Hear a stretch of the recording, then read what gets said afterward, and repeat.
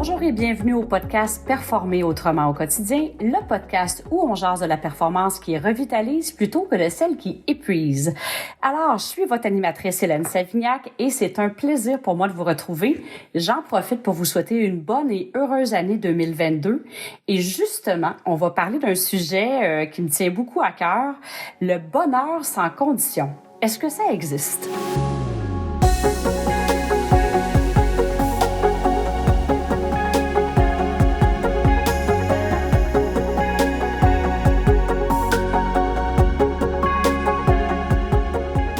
Alors, évidemment, je suis en compagnie de Karine. Karine, bonne et heureuse année 2022. Je suis vraiment contente de te retrouver aussi pour qu'on redémarre, en fait, l'enregistrement des podcasts. Comment vas-tu? Ça va super bien, t'as raison, ça fait quelques temps qu'on s'est pas jasé pour un podcast, fait que bien heureuse moi aussi, puis bonne année à toi et à tous les auditeurs qui vont l'écouter peut-être en janvier 2022, peut-être plus tard, mais on peut souhaiter bonne année autant qu'on veut. Ben effectivement, puis je vais en profiter, je pense que le mot de la santé est vraiment important à tous les auditeurs puis qui sont avec nous. D'ailleurs, j'en profite pour remercier Annick qui nous a écrit des beaux commentaires sur Apple Podcast, qui a bien aimé l'épisode sur les 3 équations.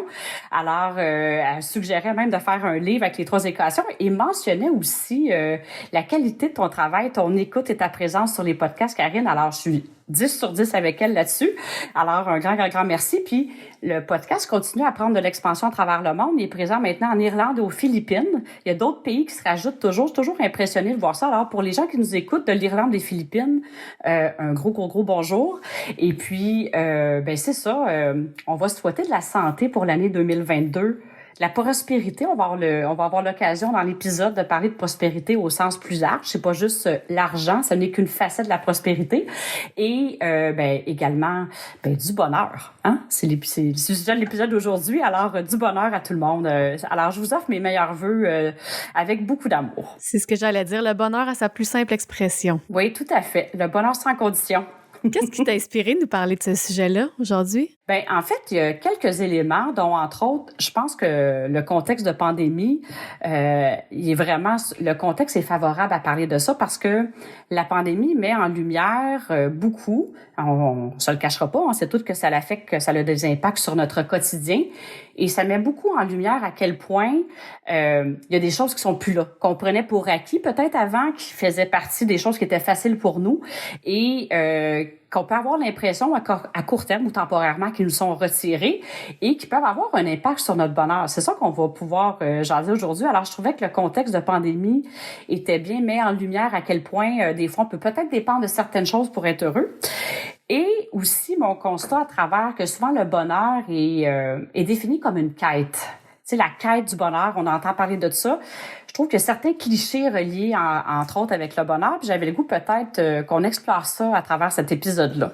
Ouais, ben écoute, toi, quand même, je t'écoute dire ça, la quête du bonheur, ce serait un cliché pour toi. Est-ce que tu peux m'expliquer pourquoi? Est-ce que tu as d'autres exemples de clichés en lien avec ça? Ben en fait, pourquoi, tu sais, que je parle que c'est un cliché? Tu sais, la quête du bonheur. On parle de la quête de performance. On est dans un podcast de performance. Il y a beaucoup, de performer, d'être heureux ou la performance d'avoir l'air heureux. Et la quête du bonheur, automatiquement, quand on est en train d'être en quête de quelque chose, parce qu'on l'a pas. On veut combler un manque. Ça veut dire, on veut combler un manque. Ça met en relief les manques qu'on a. Fait que ça veut dire que ça prend toujours quelque chose de plus pour être heureux. Puis c'est comme on y arrivera jamais. Dans le pattern dans lequel on vit ou qui est encore beaucoup valorisé dans la société, ça prend toujours quelque chose de plus pour être heureux, pour être quelqu'un, pour réussir. Alors, c'est pour ça que c'est un peu cliché de dire, parce que tout le monde, tout être humain, consciemment ou inconsciemment, recherche le bonheur. Donc, pour moi, c'est un peu un cliché, cette quête-là, parce que le bonheur, certainement qu'on va avoir l'occasion d'explorer c'est quoi. C'est pour ça que, pour moi, le bonheur, c'est pas une quête. Parce que quand, automatiquement, comme je dis, on tombe dans une quête, on tombe dans la performance, puis on tombe dans quelque chose de plus qu'on a de besoin, puis ça donne un peu l'impression que donc j'y arriverai jamais. En tout cas, moi, c'est un peu ça que ça me dit, la quête du bonheur. Et c'est quand même présent, puis c'est souvent relié avec, pour être heureux, il faut travailler sur soi. Moi, là, quand j'entends de travailler sur soi, là, je trouve ça lourd, pas pire. Pas dans le sens que j'ai rien comment je dire ça, améliorer, c'est pas la question. Dans le fait, on est tous parfaits tels que l'on est, puis j'en parle souvent, on a tous une facette unique, une contribution unique à offrir. Mais il faut travailler sur soi pour être heureux. Toi, ça te donne sur le goût, Karine, quand je te dis ça, il faut que tu travailles sur toi pour être heureuse. C'est sûr que j'aimerais que ça soit plus simple que ça. C'est comme, puis par où je commence? Exact. Par où je commence, c'est par où je commence, moi, finalement, pour être heureuse?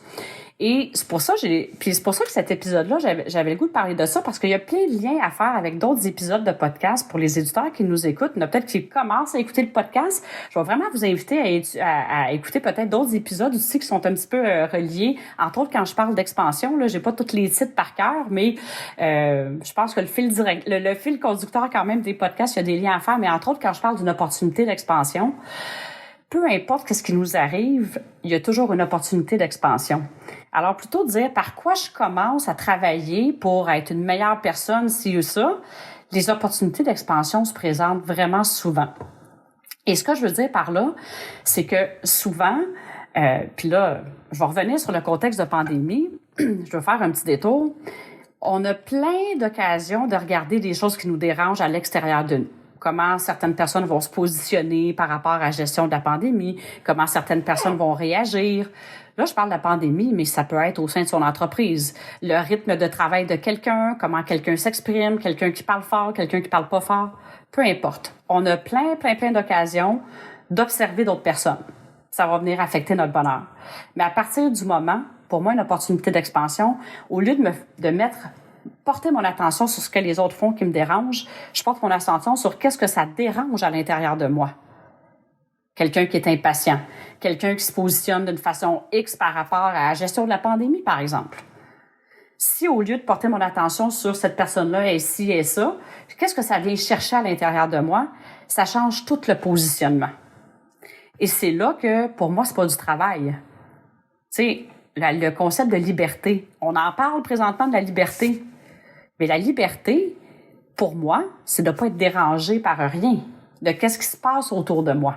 Au lieu d'analyser comment la personne réagit, ce que tu n'aimes pas, de quelle façon tu regardes ou tu analyses qu'est-ce qui se passe à l'intérieur de toi? Bien, dans le fond, je vais donner l'exemple. Bon, quelqu'un n'a pas la même opinion que moi. Qu'est-ce que ça vient me chercher? Tu sais, des fois, on va dire, OK, quelqu'un n'a pas la même opinion que nous. On passe ça, c'est fluide, ça passe bien, puis on continue d'échanger.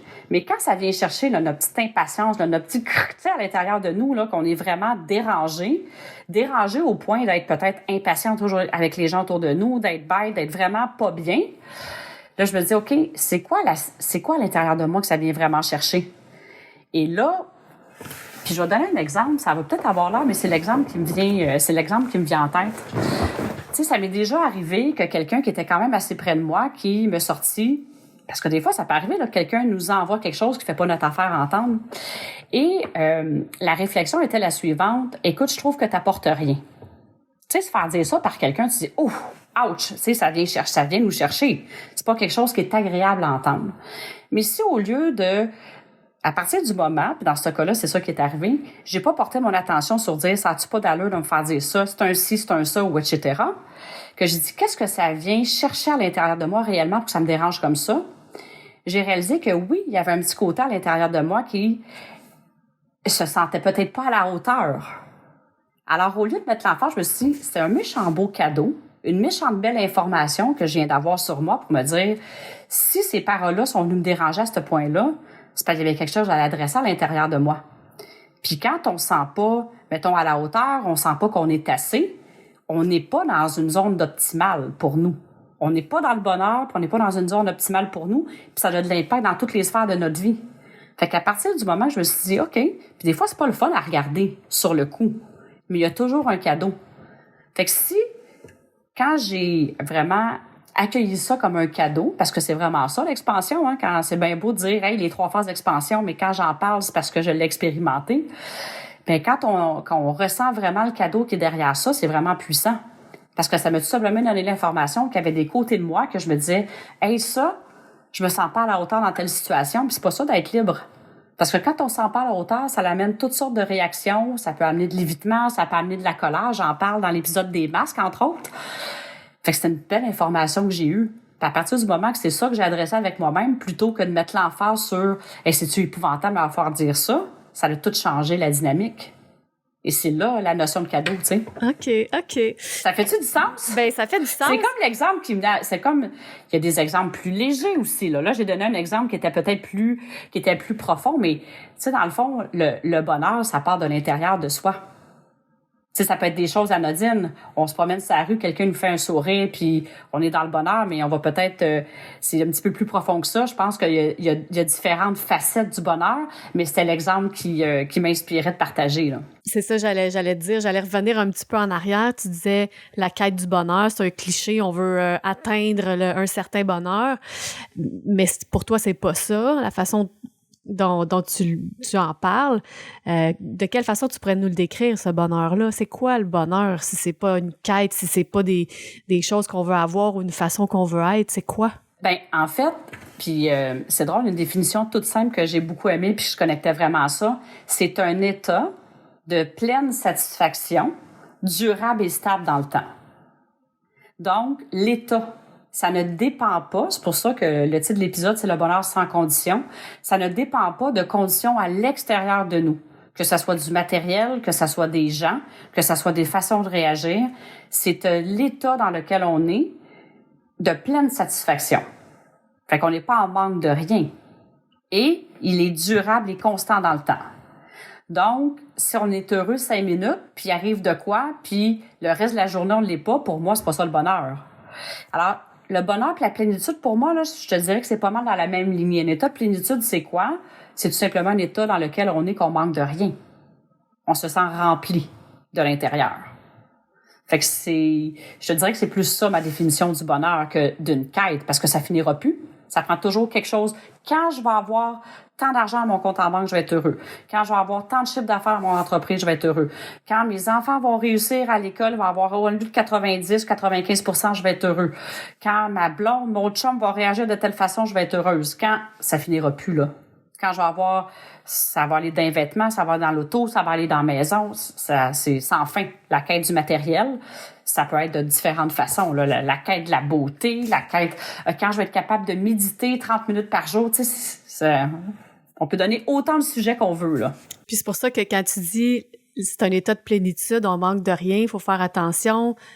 Parce que si on le regarde du côté du manque, on va toujours manquer de quelque chose, on va toujours vouloir plus, mais manquer de rien, de ce que je comprends, c'est avec ce qu'on a en ce moment, ça prend pas rien de plus autour de nous pour être heureux. J'aime ça que tu l'amènes de ce côté-là, parce que ce que j'explique là, c'est vrai qu'au premier coup, des fois, ça peut donner l'impression de niveler vers le bas, puis de dire, ben finalement, c'est vrai, là, simplicité volontaire, c'est pas à ça que je fais allusion, OK?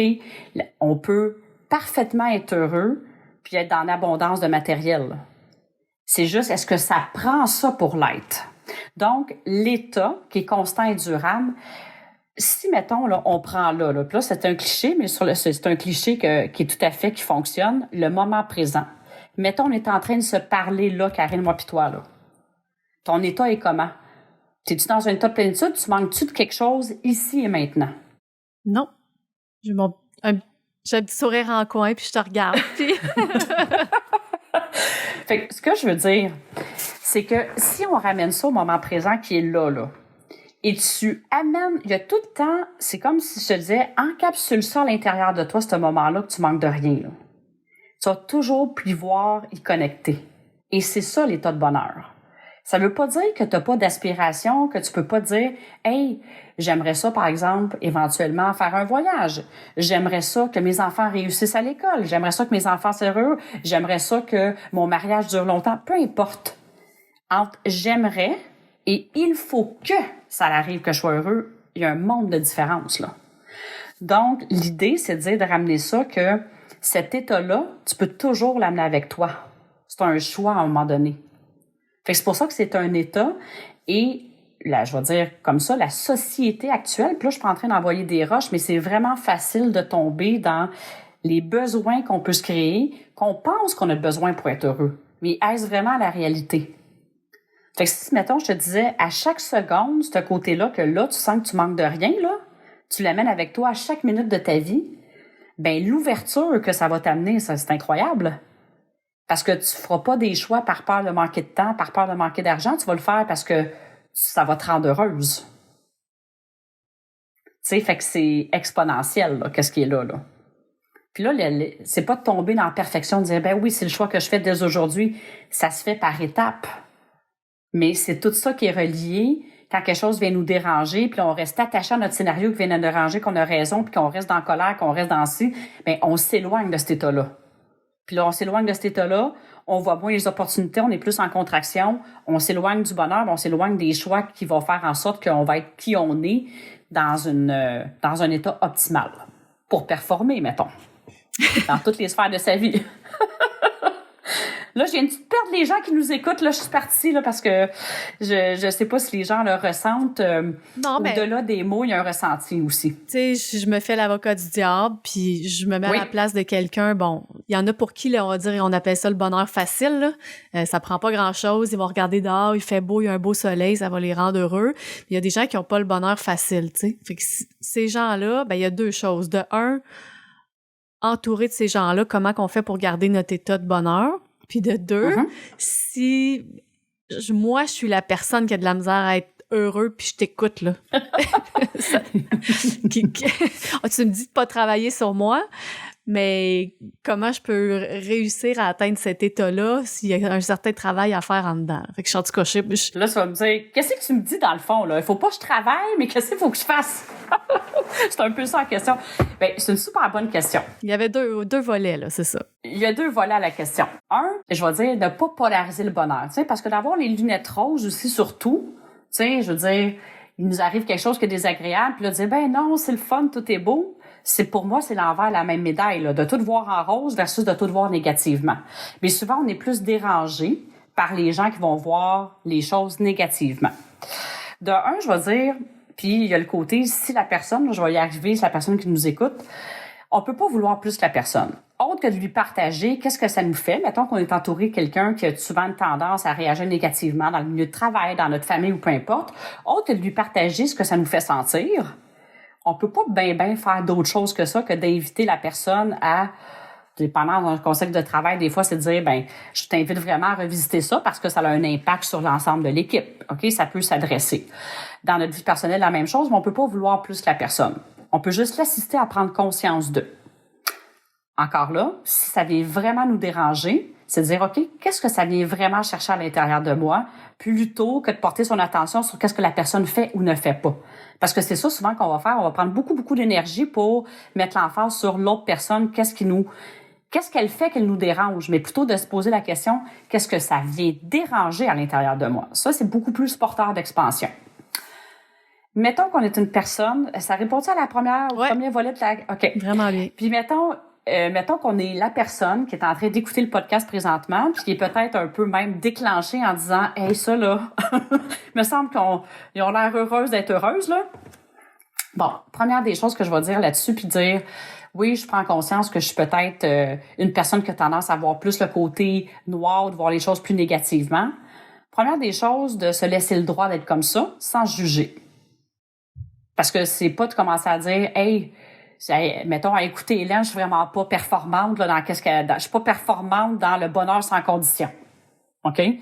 C'est pas ça du tout. Un, se laisser le droit d'être comme ça, puis dire, mes expériences de vie, la vie, c'est ça qui m'a amené à ma façon de réagir. Ça fait qui je suis aujourd'hui, puis c'est merveilleux. Est-ce que c'est ce que je veux choisir à partir de maintenant? Est-ce que c'est le choix que je continue à faire? Puis quand je dis souvent que la première étape d'un changement, c'est la prise de conscience, ben déjà, ça serait magnifique si ne serait-ce que le podcast assiste une personne à prendre conscience de ça. Pour moi, c'est un wow x10, là. Mais ça. Parce que ça peut changer la vie, tout simplement. Donc, c'est de dire, je me laisse le droit et c'est plus ça, aujourd'hui, à partir de maintenant, c'est plus le choix que je fais. Je m'en vais pas dans la performance, mais juste ce pas-là, il y a déjà quelque chose qui va se passer. Automatiquement. Par la suite, après, c'est quand on prend conscience de ça, c'est de se prendre au vol. Pas commencer à vouloir être parfait puis dire ça m'arrivera plus jamais de voir les choses négativement. Il faut pas se mettre cette pression-là.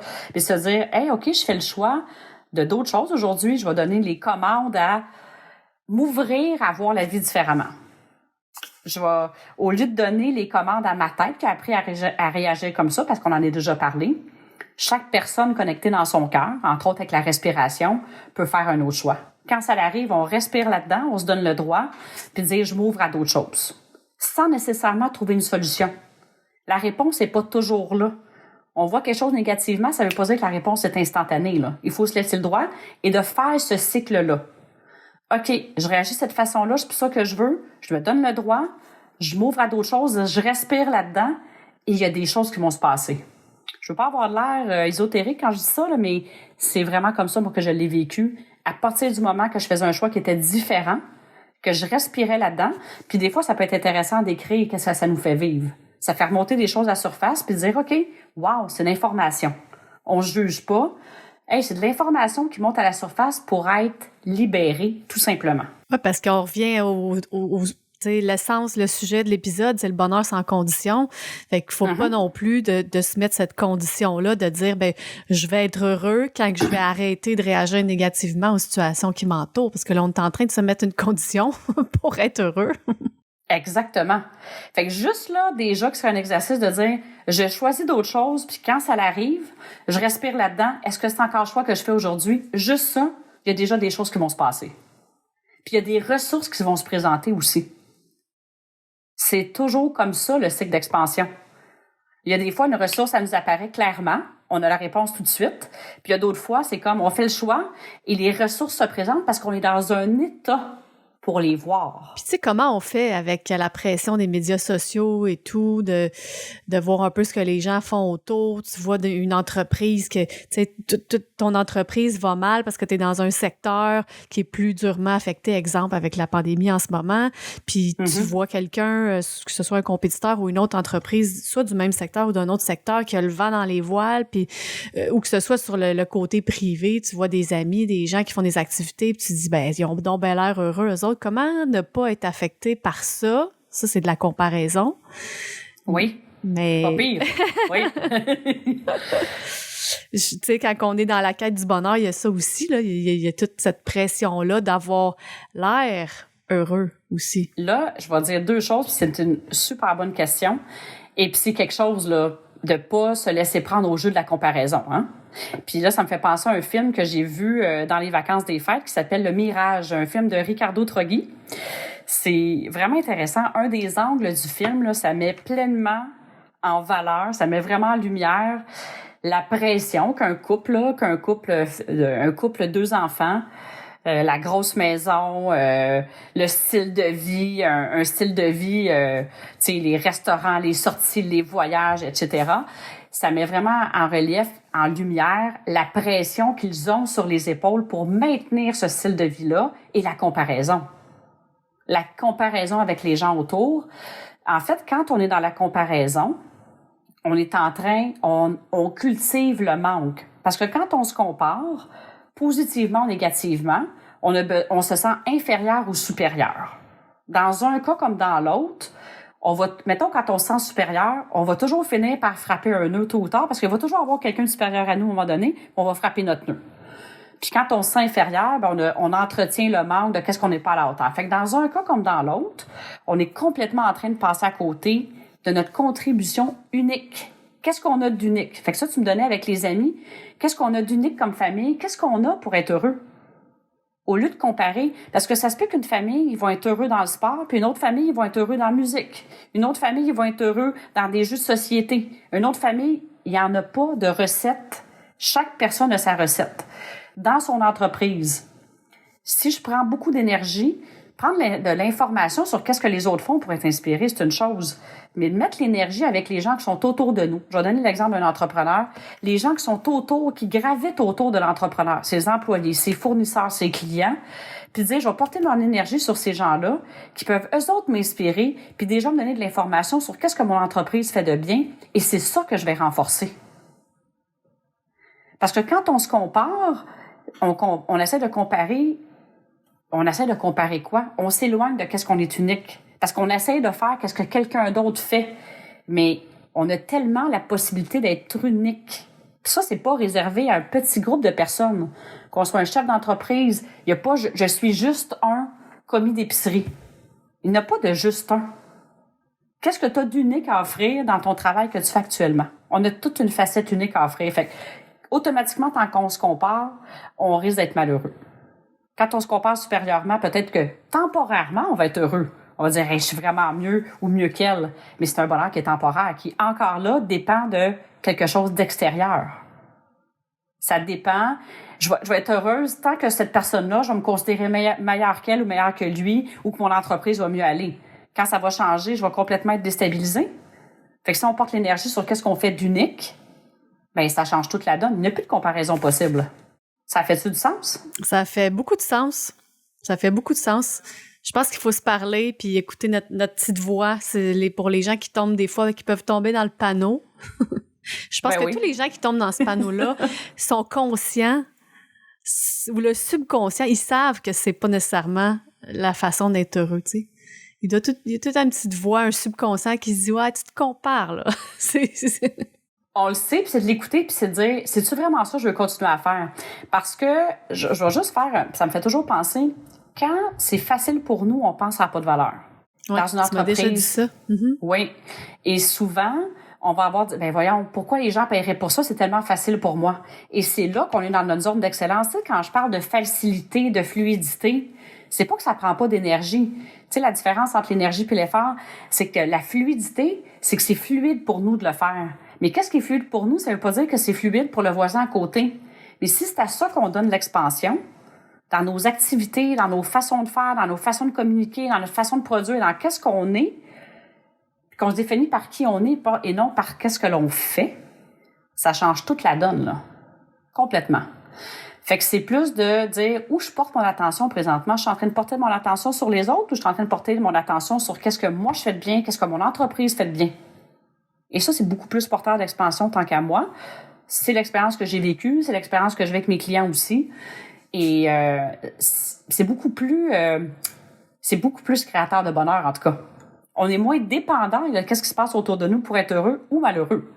Hein, c'est ça. Puis c'est le bonheur, finalement, c'est tout simple, tu sais. De ce que je comprends, le bonheur, c'est la bonne humeur, c'est le positivisme, c'est d'être heureux, peu importe ce qui se passe autour, en n'étant pas affecté par ce qui est négatif, c'est juste ça. Oui, puis au-delà de, tu sais, du positivisme, c'est pas être dans cette polarité-là. Okay. Oui, c'est la bonne humeur, c'est tout simple. Tu sais, de voir toujours le bon côté. Oui, mais en fait, tu sais, quand je parle d'accueillir l'expansion, c'est de dire de pas se mettre la tête dans le sable, de dire des fois, il y a des choses qui vont arriver dans la vie.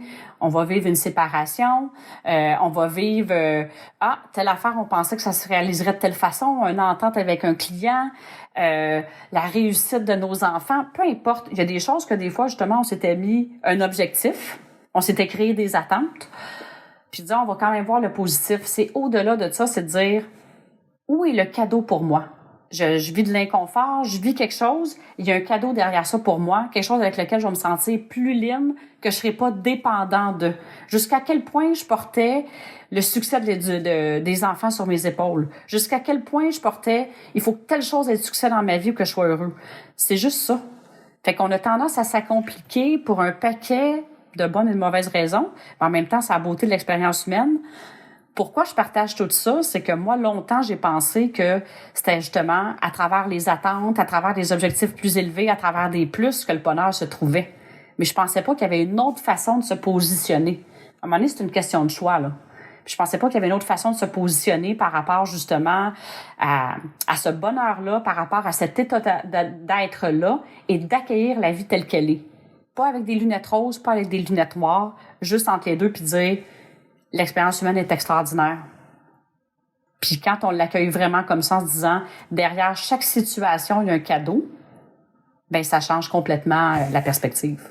Puis tu parles de cadeaux. Moi, je me mets encore une fois à la place des gens qui écoutent. Il y en a peut-être qui ont vécu des situations, on va dire, un peu plus extrêmes. Je pense à un décès, à prendre une maladie grave, une faillite. De quelle façon on peut accueillir un cadeau là-dedans, puis cultiver le bonheur, puis continuer d'être heureux.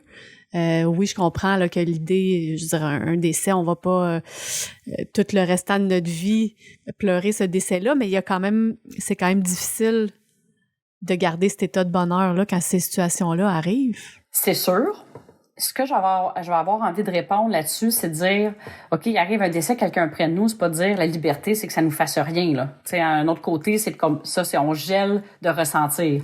C'est correct de ressentir, jusqu'à quel point on va rester attaché, puis on va rester dans cette boucle-là de tristesse, de chagrin, de colère, de ressentiment, peu importe ce qui vient avec ça. On dirait que j'ai envie de rebondir sur ce que tu dis par rapport, mettons, à la faillite. Hein? Il y a des contextes actuellement qui l'ont déjà vécu dans la dernière année, qui vont le vivre, est-ce qui s'en vient. C'est un moment qui est pas le fun à passer. Ceci dit, j'ai beaucoup de compassion. Je pense à certains secteurs d'activité. Bon, la restauration, on en a nommé. Le secteur du voyage aussi. Il y a différents secteurs qui sont plus touchés que d'autres actuellement. Ce que j'ai envie de dire aux entrepreneurs qui nous écoutent présentement, les travailleurs de ces secteurs-là, oui, peut-être que ici et maintenant, c'est un moment qui est difficile. Comme je dis, j'ai beaucoup de compassion. Mais en même temps, vous êtes la même personne avec la même valeur unique. Puis je vais dire même pas valeur, avec l'unicité de qui vous êtes. Et ça, il y a personne qui peut vous enlever ça. Et quand on parle d'une faillite, c'est principalement monétairement. Mais si l'argent, ce n'est qu'une facette de la prospérité. Alors, il y a les relations, et c'est encore plus important de prendre soin des relations, de prendre soin des gens autour, et de laisser prendre soin de soi aussi. Alors, ce que j'ai envie de dire, c'est de dire, peut-être que ça va être bénéfique. J'ai vu plusieurs entrepreneurs qui ont changé des modèles d'affaires, que suite à une maladie, suite à une épreuve, suite à une réalité de marché qui est arrivée, que sur le coup, c'était vraiment difficile, mais en restant connecté au bonheur, dans la mesure où on peut l'être, parce que quand ça nous arrive sur le coup, peut-être que l'intensité du bonheur est moins grande.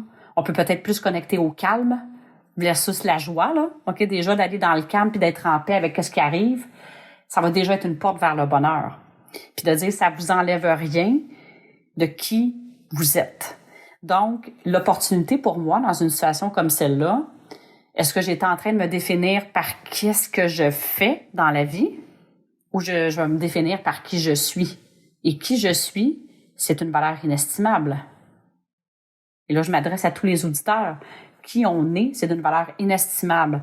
Alors, dans des entrepreneurs à succès, il y en a eu des faillites, il y a eu des passages, on a toute une expérience unique, notre chemin est unique. Alors, à partir du moment de dire, je vais me laisser le droit d'être en maudit, je vais me laisser le droit d'avoir de la peine de qu'est-ce qui arrive, puis je veux pas sous-estimer, il y a peut-être le travail d'une vie qui est derrière ça, mais en même temps, j'ai le goût de dire, la vie, elle s'arrête pas là. La vie est un jeu. Donc, une faillite, c'est principalement monétaire, puis si on fait le choix de dire, je vais quand même faire le choix de continuer à connecter, d'être en paix, qu'est-ce qui arrive, puis de croire à la beauté de l'expérience humaine, il y a quelque chose d'autre qui va se présenter avec qui vous êtes comme personne et que vous avez à offrir comme contribution. Ça, j'ai cette certitude-là, fait que des entrepreneurs, quand on a des hauts et des bas, peu importe qu'est-ce qui arrive, ça n'empêche rien de qui on est puis qu'est-ce qu'on a d'unique à offrir. Alors, c'est ça que j'aurais le goût de dire. Il nous arrive une maladie, je le souhaite pas à personne. En même temps, est-ce que ça nous offre l'opportunité de faire des choix de vie qui sont différents, encore plus optimales pour nous? Il y a peut-être quelque chose qui est là aussi. Combien de fois qu'on a entendu des gens que là, ça leur a fallu qu'il arrive une crise dans leur vie pour faire des choix encore plus en harmonie dans toutes les sphères de leur vie. Fait que c'est ça que j'ai envie de partager. Puis en même temps, se laisser le droit de dire, ben c'est pas le fun, là. Demain matin, je reçois un diagnostic, j'ai une maladie grave, ça me fera pas plaisir. Mais en même temps, je vais avoir le choix de comment je vais réagir à toute la suite des choses. Et j'ai la certitude qu'avec les choix que je vais faire par la suite, si je décide toujours de connecter à l'essence du cadeau ou du bonheur qui est toujours présent dans le ici et maintenant, ben j'ai la certitude que des ressources qui peuvent se présenter, puis la plus haute opportunité va se présenter pour moi. Ça ressemble à un mot de la fin, ça. C'est super beau ce que tu dis. Oui. Merci beaucoup. Fait que, ben, merci à toi, Karine. Merci pour tes questions qui sont toujours pertinentes. Puis, tu sais, c'est ça qui était le fun quand on a commencé à parler de ce projet-là. Je ressentais vraiment que tu étais capable aussi de te mettre dans la peau des auditeurs. Parce que, tu sais, moi, c'est comme mon quotidien. Des fois, je peux partir sur une chire, comme on dit. Puis toi, t'es là pour poser des questions puis recadrer. Fait que je pense que ça fait un beau duo qui fait en sorte que c'est le fun pour les auditeurs. Du moins, c'est ce qu'on reçoit par commentaire, par les commentaires des gens. Alors, continuez de nous écrire. C'est vraiment un plaisir pour nous de vous lire. Puis on voit que l'auditoire augmente à tous les semaines du podcast. Alors, c'est vraiment encourageant de continuer. Alors, merci beaucoup d'être là. Continuez à le faire sur Apple Podcasts, sur Spotify, sur Google Music. Bref, on est à peu près sur toutes les plateformes de podcast, comme je me plais à dire. Puis peut-être ma petite invitation. Des fois, Karine, tu me poses cette question-là, je t'inspire à dire. Te le demander. Tu t'en allais là.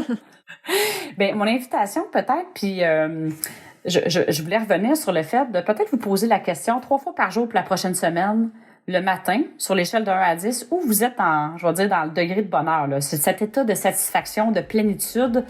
Est-ce que vous êtes plus vers 1, que vous êtes en manque, vous avez tous les besoins qui vous pop-up, les attentes, la pression, de la performance qui est là? Ça, c'est plus du côté de 1, ou vous êtes plus vers le 10, que vous êtes dans un état de plénitude? Juste vous poser la question, là, ça prend quelques secondes, 3 fois par jour, le matin, en plein milieu de la journée, puis le soir, juste pour voir où vous êtes sur cette échelle-là, puis dire quel choix vous décidez de faire à partir de maintenant.